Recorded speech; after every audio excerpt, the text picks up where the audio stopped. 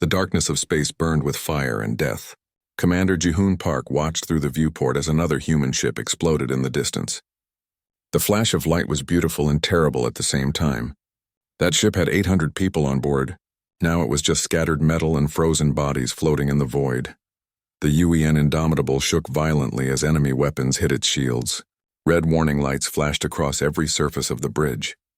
The crew worked frantically at their stations, trying to keep the ship alive for just a few more minutes. Shield strength at 30%, someone shouted over the noise of alarms.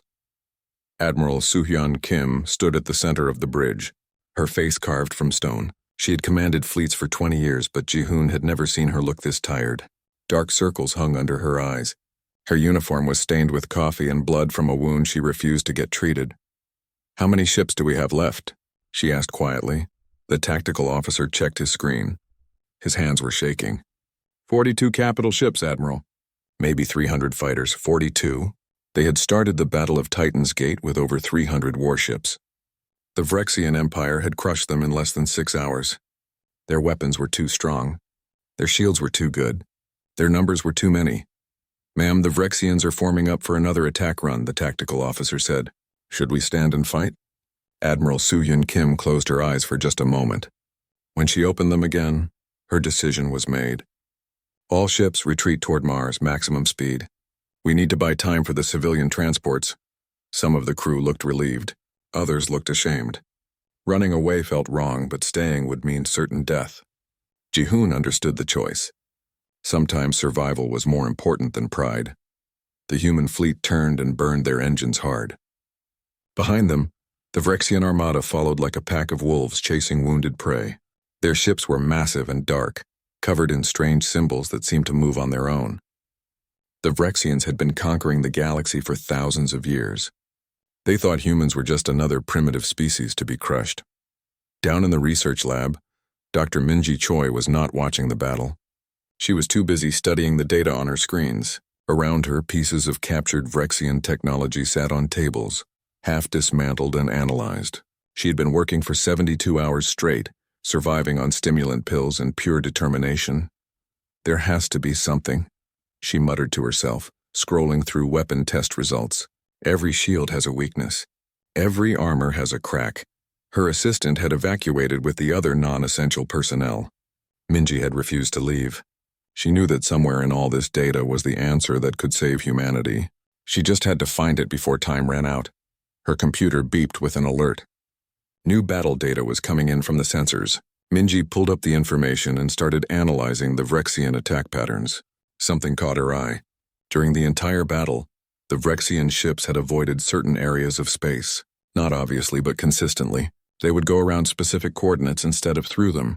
"That's strange," she said, leaning closer to the screen. She started pulling up data from previous battles. The pattern was there too. The Vrexians always avoided the same type of spatial coordinates. Areas where gravity fluctuations were high. Before she could investigate further, the ship shook so hard that she fell out of her chair. Alarms screamed through the corridors. The lights flickered and went red. Up on the bridge, things were getting worse. Captain Dae-hyun Lee's voice came over the communication channel. He was out there somewhere in his fighter leading the few pilots who were still alive. "Admiral, they're breaking through our rear guard. I've lost half my wing in the last 10 minutes. We can't hold them much longer." Dae-hyun's fighter flew in desperate patterns, dodging enemy fire that cut through space like lightning. He had been a pilot for 15 years. He had survived the Proxima War and the siege of New Shanghai. But he had never faced an enemy like this. The Vrexians were not just better, they were overwhelming. "All fighters fall back to the carrier group," Admiral Soo-hyun Kim ordered. "Captain Lee, get your people out of there." "Yes, ma'am," Dae-hyun replied, but his voice was hollow. Too many of his friends had died today. The faces of his squadron haunted him even as he flew. The human fleet finally reached Mars orbit 3 days later. They had lost another 12 ships during the retreat. The Vrexian armada had stopped at the asteroid belt, regrouping before their final assault. They were in no hurry. They knew humanity had nowhere left to run. Earth's Defense Council met in emergency session. The chamber was filled with shouting and arguments. Half the council members wanted to surrender. They believed the Vrexians might show mercy if humanity gave up now. The other half wanted to fight to the last person. To make the Vrexians pay for every inch of human space with blood, Admiral Soo-hyun Kim presented the military situation. It was grim. Earth had perhaps 2 weeks before the Vrexian armada reached the homeworld. The remaining human fleet could not stop them. The orbital defense platforms might buy a few extra hours, then it would be over. We've contacted them 17 times requesting negotiations, one council member said. They don't even respond. They just keep coming. Because they don't see us as equals, another replied. To them, we're insects to be exterminated. The meeting ended with no decision made. Everyone was too afraid to choose between hopeless options. That night, Commander Ji-hoon Park could not sleep. He walked through the quiet corridors of the Indomitable, past exhausted crew members who had collapsed in corners and doorways. He found himself in the ship's small museum, a room that preserved artifacts from Earth's history. His eyes fell on an old wooden chess set behind glass. It was over 400 years old, recovered from the ruins of Moscow after the Third World War. The pieces were worn smooth by countless hands. Ji-hoon stared at the chess set for a long time. He thought about strategy and sacrifice. He thought about how sometimes the smallest piece could change the entire game. How sometimes the only way to win was to do something your enemy would never expect. An idea began to form in his mind. It was crazy.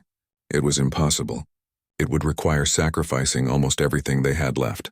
But maybe, just maybe, it could work. He turned and ran toward the research lab to find Dr. Min-ji Choi. If they were going to die, they might as well die trying something brilliant. Commander Ji-hoon Park burst into Dr. Min-ji Choi's lab at 3 in the morning. She was still awake, naturally. She was always awake these days. Her eyes were red from staring at screens, and her hands trembled slightly from too many stimulant pills. I need to know about gravity weapons, Ji-hoon said without greeting. The experimental ones that failed. Tell me everything. Min-ji looked up from her work, surprised. The gravity well project? That's been dead for 2 years. The prototype tore itself apart during testing. Why do you want to know about that? Because I think I know how to win this war, Ji-hoon replied. But I need to know if we can make one work. For the next hour, Min-ji explained the science. The gravity well device was designed to create artificial gravity fluctuations. In theory, it could crush enemy ships by manipulating the fundamental forces of space itself. In practice, the power requirements were enormous and the device was unstable. The first test had created a gravity pulse that destroyed the testing facility and killed 43 scientists. But you've been studying Vrexian shield technology, Ji-hoon said. You found their weakness. They avoid areas with gravity fluctuations. Min-ji's eyes widened. You want to use the gravity well as a weapon against their entire fleet. That's insane. Even if we could build it, even if it worked, we'd need to get every single Vrexian ship into the target area. They would never fall for such an obvious trap. They would if they thought we were protecting something valuable, Ji-hoon said. Something worth risking everything to capture or destroy. He laid out his plan. It was audacious and terrible. They would fake the existence of a superweapon on Europa, one of Jupiter's moons. They would stage a desperate last stand there, making the Vrexians believe humanity's final hope was hidden in that location. Meanwhile, they would build the gravity well device at Jupiter's Lagrange point. When the Vrexian armada gathered to destroy the fake weapon, they would activate the device and destroy them all. The survival rate for this plan is about 3%, Min-ji said flatly. And that's generous. 3% is better than 0, Ji-hoon replied. They took the plan to Admiral Soo-hyun Kim at dawn. She listened in silence, her face unreadable. When Ji-hoon finished explaining, she sat back in her chair and closed her eyes. You understand that this would require us to sacrifice the entire remaining fleet, she said quietly. Every ship, every fighter, thousands of lives. And if it fails, humanity will have nothing left to defend Earth with. If we do nothing, humanity has 2 weeks left anyway, Ji-hoon said. At least this gives us a chance. Admiral Soo-hyun Kim was silent for a long time. Finally, she opened her eyes. I'll present it to the Defense Council, but I need people willing to make this work. We'll need engineers, pilots, communications specialists. We'll need people willing to die for a 3% chance. The call went out across the fleet. Volunteers only. Nobody had to accept this suicide mission. But when the briefing ended, nearly everyone stepped forward. Engineer Taewon Song was the first to volunteer. He was a genius with systems and machinery, able to fix or build almost anything. He had survived 3 ship destructions by escaping in pods at the last second. His luck was legendary, but even he knew this mission might be where his luck ran out. "I can build your gravity well," he told Minji, "but I'll need parts from at least 20 destroyed ships, and I'll need 5 days. "You have 3 days," Admiral Soo-Hyun Kim said. "After that, the Vrexians will be too close." Taewon nodded and got to work.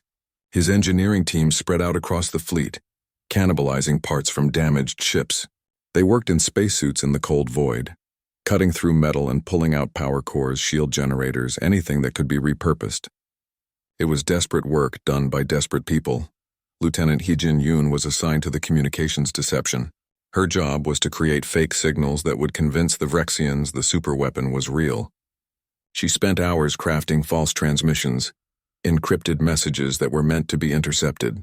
She made them just believable enough. Too perfect would be suspicious. Too sloppy would be ignored. "We need them to think we're trying to hide something," she explained to her team. "Let them crack our encryption and find exactly what we want them to find." The fake intelligence spoke of a weapon called Project Olympus, a device that could destroy an entire fleet with one shot. The messages discussed power readings, test failures, and desperate attempts to get it operational. The messages said the weapon was hidden on Europa, in a secret facility built into the ice. The transmissions were broadcast on frequencies the Vrexians were known to monitor. Then everyone waited to see if the bait would be taken. Meanwhile, Captain Daehyun Lee gathered the surviving fighter pilots. There were only 200 left from the thousands that had started the war. They were the best, the luckiest, or both. He explained their role in the plan. They would defend Europa, making the Vrexians believe the facility was real. Most of them would not survive. "I won't order anyone to do this," Daehyun said. "This is volunteer only." Every single pilot raised their hand. One of the pilots was young, barely 20 years old. His name was Ji-woo Shin, and he had only been flying combat missions for 6 months. "Sir, what happens if the gravity well doesn't work?" he asked. Daehyun looked at the young man. "Then we die for nothing. But if we do nothing, we die anyway. At least this way we die fighting." The preparations took 4 days instead of 3. Engineer Taewon's song worked miracles, but even miracles take time. The gravity well device took shape at the Lagrange point, hidden among the debris of old satellites and space junk. It looked like wreckage itself, just more broken human technology floating in space. On Europa, teams worked frantically to build what looked like a secret facility. It was all fake, of course, hollow structures and false power readings. But from orbit it would look real enough. Sergeant Min-ho Bae led the Marine contingent that would defend the installation. He knew they were all going to die, but he kept his men focused on the mission. "Make them work for it," he told his Marines. "Make them believe this place matters." On the 5th day, the Vrexian armada began moving toward Jupiter. Their long-range sensors had detected the unusual activity. Their intelligence analysts had cracked the human encryption and found the information about Project Olympus. Their war leaders debated whether it was a trap. In the end, arrogance won. The Vrexian warlord Kreth decided that even if it was a trap, humanity was too weak to threaten them. Better to destroy this supposed superweapon and end human resistance once and for all. He ordered the entire Grand Armada toward Jupiter. All 2,000 warships aboard the Indomitable. Sensors detected the Vrexian fleet change course. The bridge crew watched in tense silence as the enemy took the bait. "They're coming," the tactical officer reported. "All of them." Admiral Soo-Hyun Kim allowed herself a small, grim smile. "Then we'd better make sure we give them a fight worth remembering." All ships proceed to Jupiter. Battle stations, the human fleet began its final journey. Behind them, Earth hung in space, blue and beautiful and unaware of how close it was to extinction. Ahead lay Jupiter, massive and stormy, where humanity would make its last desperate gamble. Commander Ji-hoon Park stood on the bridge and watched the gas giant grow larger in the viewport. In his pocket, he carried a small wooden chess piece he had taken from the museum. A pawn. The smallest, weakest piece on the board. The piece everyone underestimated. 3% chance, he whispered to himself. "Now let's make it count." The first shots came as the human fleet took position around Europa. Captain Daehyun Lee led his fighters in a wide defensive pattern, making it look like they were protecting something precious. The Vrexian advance forces arrived like dark storm, clouds. their weapons lighting up the space around Jupiter's moon. "All wings engage at will," Daehyun ordered. "Make it look desperate but organized. We need to sell this." His fighter dove toward 3 Vrexian interceptors. They were faster than him, more maneuverable, better armed. But Daehyun had been flying combat for 15 years. He knew every trick, every maneuver. He fired a burst of plasma rounds, destroying 1 enemy ship. The other 2 broke away, and he pursued just long enough to make it look good before retreating. All around Europa, similar fights were happening. Human pilots were outnumbered 5 to 1, but they flew like demons. They had to make the Vrexians believe this battle mattered. Every ship destroyed, every life lost, had to convince the enemy that humanity was fighting to protect something vital. On the moon's surface, Sergeant Minho Bay watched the orbital battle through his helmet display. His Marines were positioned around the fake facility, ready to stage their part of the deception. The structure behind them was just metal and lights, but from above it looked like a massive research complex. "Contact in 30 seconds, one of his Marines reported. "Vrexian dropships incoming." "Remember the plan," Minho said calmly. "Fight hard, fall back slowly. Make them think we're protecting something. Make them believe." The Vrexian ships landed in clouds of frozen dust.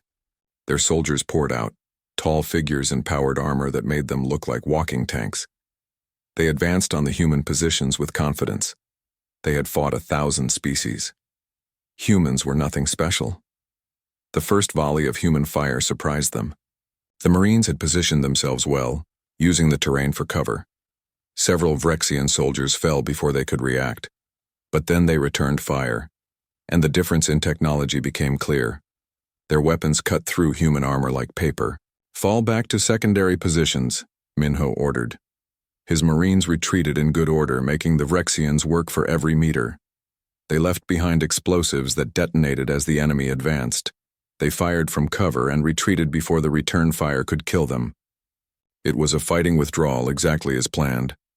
The Vrexians followed, convinced they were pushing through desperate defenders protecting something important. They called in more troops. More ships descended from orbit. In space, Captain Daehyun Lee's wing was dying. He had started with 200 fighters. Now he was down to 40. The pilots who remained were exhausted, flying on instinct and pure determination. But they had accomplished their mission. The Vrexian fleet was fully committed now. All 2,000 warships had entered the Jupiter system. "Admiral, all enemy forces are in the target zone," the tactical officer reported from the Indomitable.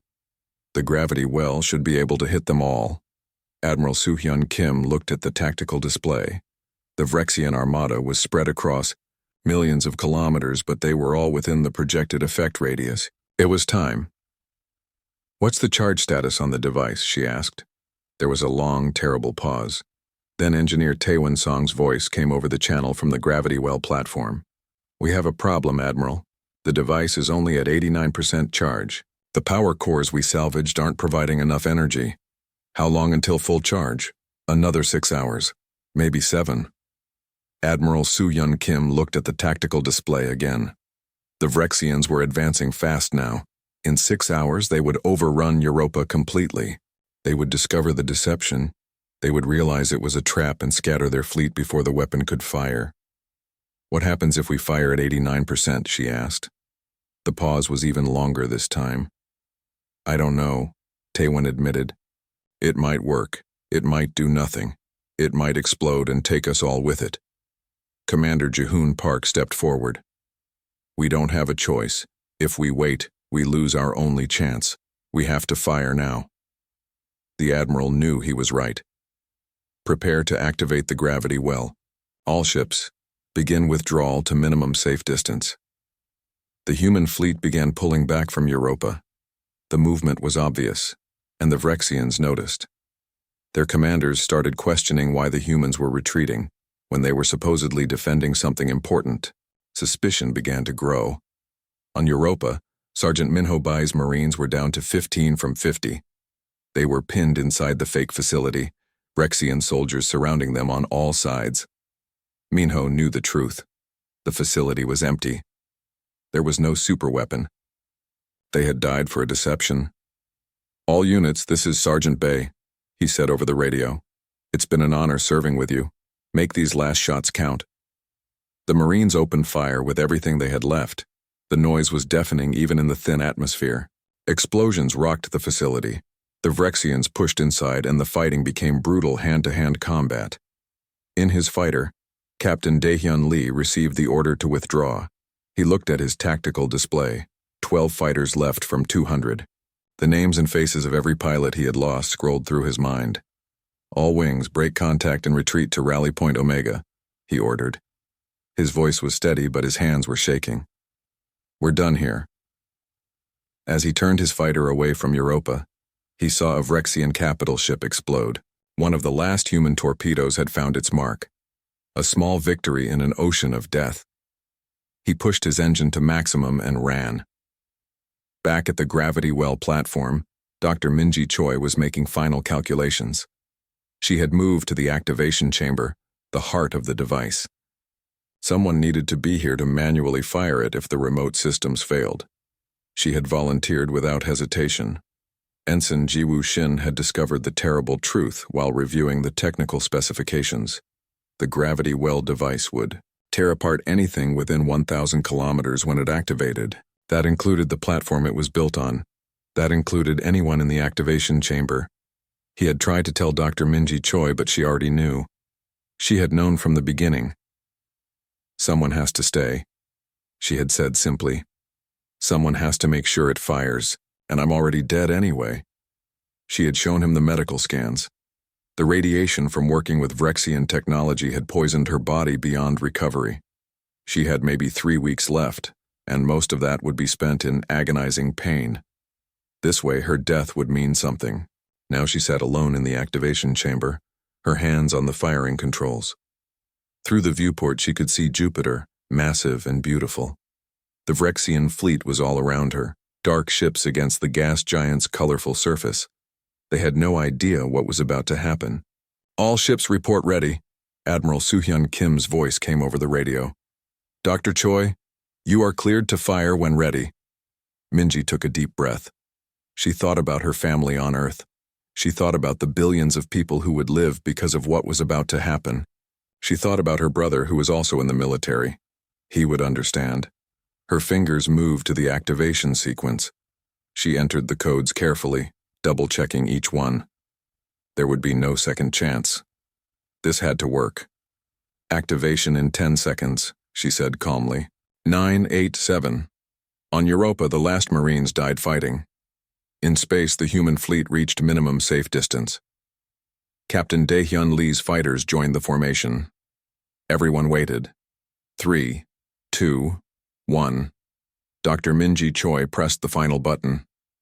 "Checkmate," she whispered. The universe screamed. Jupiter's gravity inverted for 8.3 seconds. The fundamental forces that held reality together twisted and broke. The Vrexian Grand Armada, designed to withstand any weapon, could not withstand the laws of physics turning inside out. 2,000 warships died, some crushed into balls of compacted metal, some torn apart by forces that pulled in every direction at once, some flung into Jupiter's atmosphere where they burned like falling stars. The most powerful fleet in the galaxy, destroyed in less than 10 seconds. The human ships just barely outside the effect radius suffered massive damage. Hull breaches, system failures, injuries across every vessel. But they survived. When the gravity storm finally subsided, there was only silence and wreckage. For a long moment, nobody on the bridge of the Indomitable could speak. They stared at the sensor readings, unable to believe what they were seeing. The Vrexian Grand Armada was gone. 2,000 warships reduced to debris and dust floating in Jupiter's gravity well. "Confirm readings," Admiral Soo-hyun Kim said quietly. Her voice was hoarse. "I need confirmation." The tactical officer checked and rechecked his instruments. His hands were still shaking from the gravity wave that had nearly torn their ship apart. "Confirmed, Admiral. All Vrexian capital ships destroyed or disabled. We're detecting no active weapon signatures. No functional power cores. They're gone." Someone started laughing. Then someone else. Within seconds, the entire bridge crew was laughing or crying or both. They had done it. Against impossible odds, they had actually done it. But Admiral Soo-hyun Kim did not laugh. She looked at the debris field where the gravity well platform had been, where Dr. Minji Choi had been. "Get me a casualty report," she ordered. "I want to know the cost of this victory." The numbers came in slowly as damaged ships reported their status. 400,000 human lives lost. The entire Marine contingent on Europa, most of the fighter wings, dozens of ships crippled or destroyed by the gravity wave, and Dr. Minji Choi, who had stayed behind to ensure the weapon fired. Commander Ji-hoon Park retrieved the data from the gravity well platform's last transmission. It included Dr. Minji Choi's personal logs, recorded in the final minutes before activation. He listened to them alone in his quarters. "If you're hearing this, the device worked," her voice said. "I hope it was worth it. I hope humanity survives. Tell my brother I'm sorry I couldn't say goodbye. And tell everyone not to waste this chance. We paid for it with everything we had." The recording ended with one word: checkmate. Ji-hoon sat in silence for a long time. They had won, but the victory felt hollow. He thought about all the faces he would never see again. All the pilots who had flown one last mission. All the Marines who had defended an empty facility. All the crew members who had died believing in a 3% chance. In the medical bay, Captain Dae-hyun Lee lay on a bed with broken ribs and a concussion. He was one of 4 pilots from his wing who had survived. 4 out of 200. The other 3 were in worse shape than him. One had lost both legs when his fighter's cockpit had been crushed by the gravity wave. A nurse came to check on him. "You should rest," she said. "You flew 12 straight hours of combat. Your body needs time to recover." "My body can wait," Dae-hyun replied. "What about the others?" "The pilots who didn't make it. Have we recovered any of them?" The nurse's face fell. "Captain, most of the fighters were destroyed. There's nothing left to recover." Dae-hyun closed his eyes. He had known the answer before asking, but he had needed to hear it anyway. 200 pilots. He knew all their names. He had trained with them, fought beside them, shared drinks with them during the rare peaceful moments. Now they were gone. "Someone needs to write to their families," he said quietly. "Someone needs to tell them what their sacrifice meant." "You can't take that all on yourself," the nurse said gently. "I'm their commander," Dae-hyun replied. "If I don't do it, who will?" While the human fleet limped toward home, Lieutenant Hye-jin-yoon was working frantically in the communications center. She had been broadcasting the entire battle on every frequency humanity could access, but now she was detecting something unexpected. Other species were broadcasting back. "Admiral, you need to hear this," she said, routing the signals to the bridge. The messages were in dozens of different languages, but the translation software worked quickly. They were messages from alien species humanity had never encountered before. Some were words of congratulation, some were questions about human technology, some were offers of alliance, and some were messages of fear. One transmission came from a species called the Keltharans. Their message was simple and direct. "You have destroyed the Vrexian Grand Armada. This was thought to be impossible. We wish to discuss terms of peace with humanity. We have no desire to be your enemies." Another message came from a species humanity had never heard of before. "The humans are dangerous. They defeated the Vrexians using gravity itself as a weapon. We must be cautious in our dealings with them." Admiral Soo-hyun Kim listened to the messages in growing amazement. The battle at Jupiter had changed everything. Humanity had entered the galactic stage not as victims but as warriors. The species that had been fighting the Vrexians for thousands of years were now looking at humans with new eyes. "Broadcast a response," the Admiral ordered. "Tell them humanity seeks peace but will defend itself if threatened. Tell them we're willing to negotiate with any species that approaches us in good faith." The message went out across the stars. Within hours, more responses came flooding in. The galaxy had been watching, and now everyone wanted to talk to the species that had done the impossible. But not all the news was good. Deep in Vrexian space, the remnants of their empire were fracturing into civil war. Warlords who had served under the Grand Armada were now fighting each other for control. Some were calling for revenge against humanity. Others were calling for peace. The Vrexian Empire was tearing itself apart. Engineer Taewon Song was overseeing repairs on the damaged ships when he received an interesting report. Salvage teams were recovering Vrexian technology from the debris field. Weapons, shield generators, power cores. Much of it was damaged, but some was still functional. "We can learn from this," he told Admiral Soo-hyun Kim. "Their technology is more advanced than ours in many ways. If we can reverse engineer it, we can build a new fleet. A better fleet, the Admiral nodded slowly. Do it, but be careful. That technology killed Dr. Minji Choi. I don't want to lose any more people to it.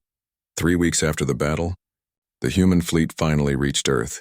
They were battered and broken, held together with temporary repairs and determination. But they were alive and they had won.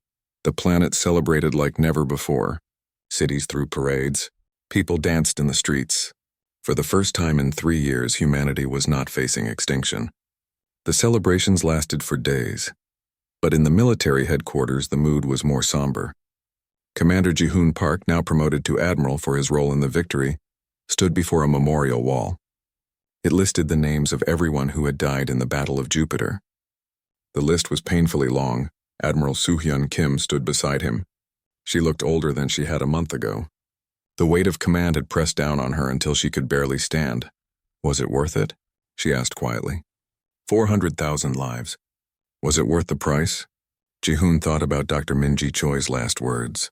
About the pilots who had flown into certain death. About the Marines who had defended an empty building. About the engineers who had built an impossible weapon in 3 days. They thought it was worth it, he said. Every person who volunteered knew the odds. They chose to fight anyway. We have to honor that choice by making sure humanity survives, by making sure their sacrifice meant something. The Admiral nodded slowly. Then we'd better get to work. The galaxy is watching us now. We can't afford to show weakness. Far above Earth, on a space station that monitored deep space communications, Lieutenant Hyejin Yoon was reviewing the latest intercepted messages. Most were diplomatic communications or trade discussions. But one caught her attention. It was heavily encrypted and came from a region of space humanity had never explored. She spent hours breaking the encryption. When she finally succeeded, what she read made her blood run cold. The message was from a Vrexian warlord to his supporters. It spoke of revenge and ancient weapons. It spoke of allies in the dark regions of space that even the Vrexians had feared. We will make the humans pay, the message said. They think destroying our fleet makes them strong. They will learn that the Vrexians were not the greatest threat in this galaxy. They will learn that there are things in the darkness that even we could not defeat. Hyejin reported the message immediately. Within hours, it was being analyzed by military intelligence. The words were troubling, but nobody knew if they were just empty threats or something more serious. Captain Daehyun Lee, recovered enough to walk but still in pain, visited the grave sites of the pilots who had fallen. He had written letters to all their families, but it had not been enough. He needed to stand here and remember them. We won, he said to the silent graves, but I don't know if we can do it again. There are too few of us left. Behind him, young Ensign Ji Woo-shin approached carefully. He was one of the lucky survivors, and the guilt of living when so many had died haunted him. Sir, what do we do now? Ji Woo asked. We've beaten the Vrexians, but what comes next? Daehyun looked at the young pilot. We rebuild. We prepare. And we hope we never have to fight like that again. 3 months after the Battle of Jupiter, Earth looked different. The celebration parades had ended. The memorial services had been held. Now came the hard work of rebuilding and preparing for whatever came next. Admiral Ji-hoon Park stood in the new Defense Council chamber, watching as humanity's leaders debated their future. The council had changed significantly. The members who had wanted to surrender were gone, replaced by people who understood that survival meant being ready to fight. But there was still disagreement about what humanity should do with its unexpected victory. We should stay isolated, one council member argued. We've seen what's out there. The galaxy is full of species that want to destroy us. We should focus on defending Earth and our colonies. Nothing more. We can't hide, another replied. The Battle of Jupiter proved that. If we isolate ourselves, we'll just be attacked again when we're unprepared. We need allies. The debate went on for hours. Finally, a new voice spoke. Ambassador Soo-jin Han had been appointed as humanity's first representative to other species. She was a career diplomat who had spent 20 years negotiating trade deals between Earth's nations. Now her job was much harder. She had to negotiate with aliens. Isolation is not an option, Soo-jin said firmly. Like it or not, the galaxy knows we exist now. 3 different species have requested formal meetings. The Keltherans want to discuss an alliance against the Vrexian remnants. The Toldari Confederation wants to establish trade routes, and the Hexar Collective wants to study our gravity well technology. We're not sharing that weapon, Admiral Ji-hoon Park said immediately. It nearly destroyed us to build it once. I won't let it fall into anyone else's hands. Agreed, Sujin replied. But we need to give them something. The galaxy operates on trade and mutual benefit. If we have nothing to offer, we'll be isolated or worse. The Council eventually reached a compromise. Humanity would engage with other species cautiously. They would establish diplomatic relations and trade agreements. But they would not share military technology, and they would maintain a strong defense fleet. Trust would be earned slowly, if at all. In the military shipyards orbiting Mars, engineer Taewon Song was overseeing the construction of humanity's new fleet. The ships were unlike anything humans had built before. They incorporated salvaged Vrexian technology, reverse-engineered and improved. The shields were stronger. The weapons hit harder. The engines were faster. How many ships can we build in the next year? Admiral Ji-hoon Park asked during an inspection tour. Taewon checked his datapad. With our current resources, maybe 50 capital ships and 300 fighters. But if the Keltherans agree to share their manufacturing techniques like they've offered, we could double that. Do it, Ji-hoon said. We need every ship we can build. The Vrexians are fighting among themselves now, but that won't last forever.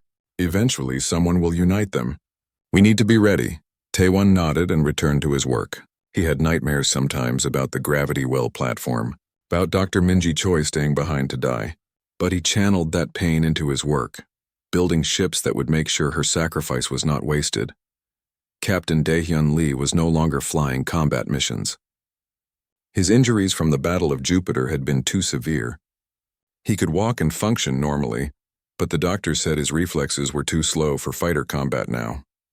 Instead, he had been given a new assignment: training the next generation of pilots. The academy was full of young people who wanted to fly. They had watched the Battle of Jupiter broadcasts. They had seen the heroism and sacrifice. They wanted to be heroes too. Daehyun's job was to teach them the truth. That war was not glorious. That most heroes died before they could enjoy their victory. That flying into combat meant accepting you might not come home. Fighting is the last option, not the first, he told his students. Every shot you fire might start a war. Every mission you fly might be your last. You need to be smart, not just brave. The students listened with wide eyes. Some understood. Others were still dreaming of glory. Daehyun knew that combat would teach the dreamers quickly enough. He just hoped enough of them would survive the lesson. Young Ensign Ji Woo-shin was one of Daehyun's assistant instructors now. He had been promoted after the battle, but he did not feel like he deserved it. He had survived when so many better pilots had died. The guilt ate at him constantly. You're thinking about it again, Daehyun said one day after training. About why you lived and they died. Ji-woo nodded silently. I think about it too, Daehyun admitted. Every day. But I've learned something. The best way to honor the dead is to live well, to make sure their sacrifice meant something. You're training the next generation now. You're making sure future pilots are better prepared than we were. That matters. The words helped a little. Ji-woo still carried the guilt, but now he had a purpose beyond it. General Young-ho Choi stood at a memorial site overlooking the Pacific Ocean. His sister's name was carved into the stone wall, along with thousands of others who had died at Jupiter. He visited often, whenever his duties allowed. He had been angry when he first learned what Minji had done. Angry that she had volunteered for a suicide mission without telling him. Angry that she had chosen death when there might have been another way. But time and understanding had softened the anger into acceptance. You always were smarter than me, he said to the carved name. You saw what needed to be done and you did it. No hesitation, no second thoughts. I understand now. I don't like it, but I understand. A young woman approached carrying flowers. She placed them at the base of the memorial wall and stood quietly. Young-ho recognized her as one of Minji's research assistants. She talked about you, the woman said. In the lab during the long nights. She was proud of you. Said her brother was the bravest person she knew. She was braver, Young-ho replied. They stood together in silence, mourning the woman who had saved humanity. Lieutenant Hye Jin-yoon continued monitoring deep space communications from her station. The messages from other species came constantly now. Trade proposals, diplomatic inquiries, scientific exchanges. But she remained focused on the encrypted channels looking for threats, and she found them. Not from the Vrexians, but from sources even more distant. Messages spoke of something called the Devourers. ancient entities that consumed entire civilizations. The messages were fragmented and unclear, but they all carried the same warning. Something was coming from the outer darkness. She reported her findings to Admiral Ji-hoon Park. He read the intelligence reports with growing concern. "How reliable is this information?" he asked. "Unknown, sir," Yejin admitted. "Most of it comes from species we've never contacted directly. They could be exaggerating the threat, or they could be understating it." Ji-hoon considered the options. "Keep monitoring. If there's something out there worse than the Vrexians, I want to know about it before it arrives." Ambassador Soo-jin Han was in her third week of negotiations with the Keltharan delegation when they finally revealed why they wanted an alliance so badly. The Keltharans had been fighting the Vrexians for 200 years. They had developed weapons and strategies, but they had never won a decisive victory. Humanity's destruction of the Grand Armada had shown them something new, a way to fight that they had never considered. "You use creativity and deception," the Keltharan ambassador said. His species looked almost reptilian, with scaled skin and large eyes. "You made them believe you were weak when you were setting a trap. The Vrexians never expected that. They always fought with overwhelming force. You taught us that there are other ways to win. We're willing to share tactical knowledge," Soo-jin said carefully, "but we need something in return. Resources, manufacturing capacity, information about the other species in the galaxy." The negotiations continued for weeks. Eventually, they reached an agreement. The Keltharans would provide raw materials and manufacturing facilities. Humanity would provide tactical training and strategic consultation. It was a partnership based on mutual benefit rather than friendship. But it was a start. 6 months after Jupiter, Admiral Soo-hyun Kim finally retired. She had earned it after decades of service and the burden of making impossible decisions. At her retirement ceremony, she spoke about sacrifice and duty and the cost of survival. "We won at Jupiter," she said, "but winning doesn't mean the war is over. There will be new threats, new challenges. Humanity must remain vigilant. We must remain strong, and we must never forget the price that was paid for our survival." The ceremony ended with a moment of silence for the 400,000 who had died. Then life continued, because that was what the survivors did. They honored the dead by living. 1 year after the Battle of Jupiter, a small alien delegation arrived at Earth. They came in a damaged ship, requesting emergency landing permission. They were a species humanity had never encountered. They called themselves the Pavik, and they brought a message of desperation. Ambassador Soo-jin Han met with their representatives in a secure facility. The Pavik leader was thin and gray-skinned, with eyes that showed deep exhaustion. "We come seeking help," the Pavik said in broken human language. "We know what you did to the Vrexians. We watched the broadcasts. You are strong. You can fight." "Fight what?" Soo-jin asked. The Pavik leader produced a data device and activated it. Images appeared in holographic form. They showed